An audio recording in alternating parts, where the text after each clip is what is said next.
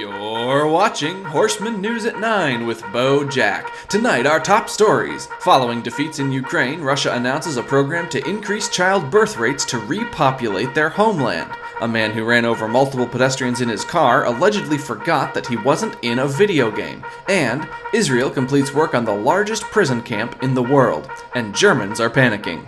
All this and more. Stay tuned. I'm Bo. Good evening. Just over a year ago, Russian troops spilled over the Ukrainian border in an effort to demilitarize Ukraine. Today, Ukraine's armed forces fight a bloody conflict for control of their country. Earlier this year, reports from Eastern Europe placed casualties on the Russian side at well over 200,000, and 7.5 million Ukrainians have fled the country as refugees.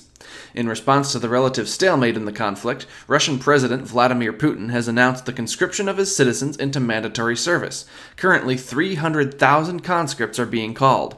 In total, Russia contains approximately 25 million people who would qualify for a wartime draft. In a country whose male population already only represents 46% of its total, this can have devastating effects. In order to replenish the vast reserves of Russian military personnel that are being called to duty, the nation has announced a compulsory 3-child minimum for new families. Initial reactions to this program were largely negative. Emigration has risen, and controversy has broken out about whether to jail impotent men.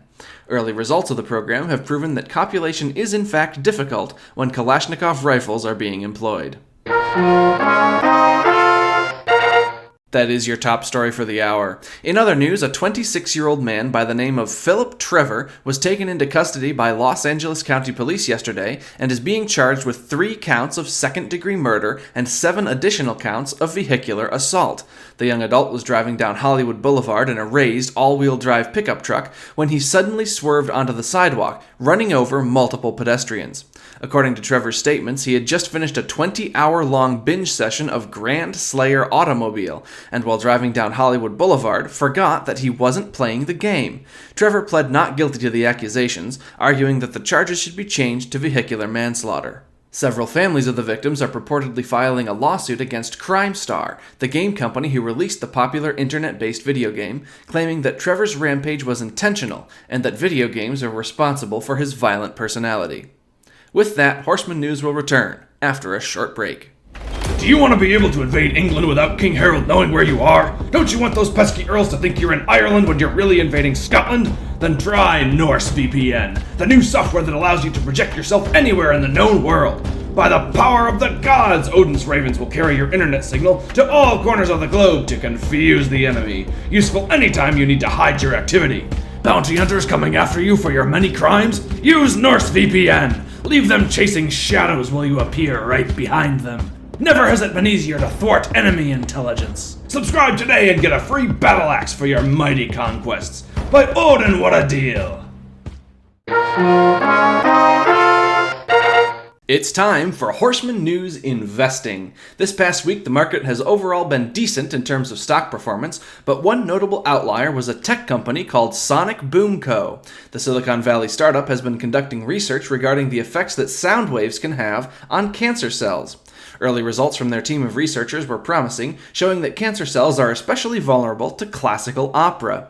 It was found that listening to this music would cause cell division to slow drastically. Following this development, Sonic Boom Co. launched clinical trials in January of this year. Unfortunately, on Monday, the trial results were released to the general public. Participants stated that they would rather die than listen to opera. Sonic Boom Co. stock is currently down 60% since Monday.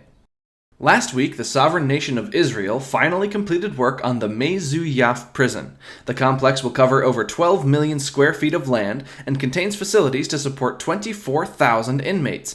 This makes it the largest prison complex in the world. Although the prison's official purpose is to house domestic offenders, many Israeli-unfriendly factions in the Middle East are speculating that the massive compound will most likely become home to Palestinian inmates and war criminals. One might expect unrest to develop in the Middle East among ethnic Arabs living in Israel and Palestine, but the focus has instead shifted to Germany, where many have expressed fears regarding this new construction.